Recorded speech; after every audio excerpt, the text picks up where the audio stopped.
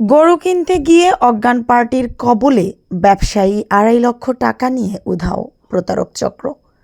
ইদানিংকালে চাঁদপুরে অজ্ঞান পার্টির কবলে পড়ে সর্বস্ব হারিয়েছে অসহায় মানুষ। শয়তানের নিঃশ্বাস ব্যবহার করে প্রতারক চক্ররা দিবালোকে প্রকাশ্যে মানুষের চোখে ধুলা দিয়ে সব কিছু নিয়ে যাচ্ছে। তেমনই একটা ঘটনা ঘটেছে চাঁদপুর সদর উপজেলার বিষ্ণুপুর ইউনিয়নের সফল মালি গরুর হাটে।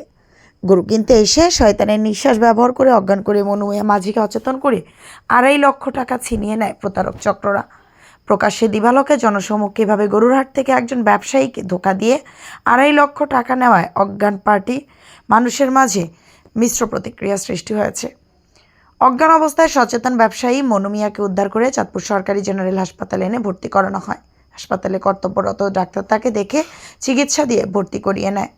চাঁদপুর সদর উপজেলার রাজরাজেশ্বর ইউনিয়ন থেকে ব্যবসায়ী মনুমিয়া মাঝি তার কোমরে একটি ব্যাগের ভিতর ২.৫ লক্ষ টাকা সহ তার ছেলে শাহ আলমকে সাথে নিয়ে গরু কিনতে সফরমালী বাজারে আসে। এই সময় প্রতারক চক্ররা তাকে দূর থেকে টার্গেট করে অচেতন করার চেষ্টা করে। তার ছেলে শাহ আলম গরু দেখতে গেলে সেই সুযোগে মনুমিয়া মাঝিকে শয়তানের নিঃশ্বাস ব্যবহার করে তাকে অচেতন করে সাথে টাকা ও মোবাইল নিয়ে পালিয়ে যায়। চাঁদপুর সফরমালী বাজারে এর আগেও অচেতন করে অনেক গরু ব্যবসায়ীর কাছ থেকে টাকা নিয়ে গেছে প্রতারক চক্ররা। গরুর হাটে সিসি ক্যামেরার ব্যবস্থা না থাকার কারণে অপরাধীরা তাদের অপরাধমূলক কর্মকাণ্ড খুব সহজেই চালিয়ে যাচ্ছে।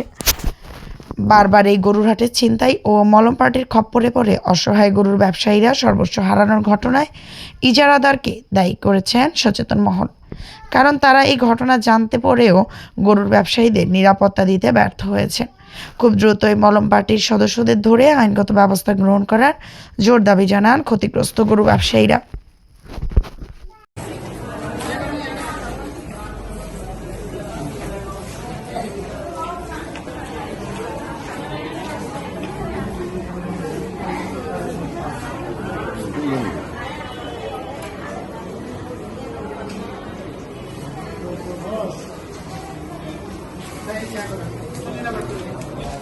ওই যে ওই টাকা নিয়ে বাস এটারে ইয়া করে থুয়া গেছে। টাকা নিয়ে না এই এটি কি দিয়া দিছে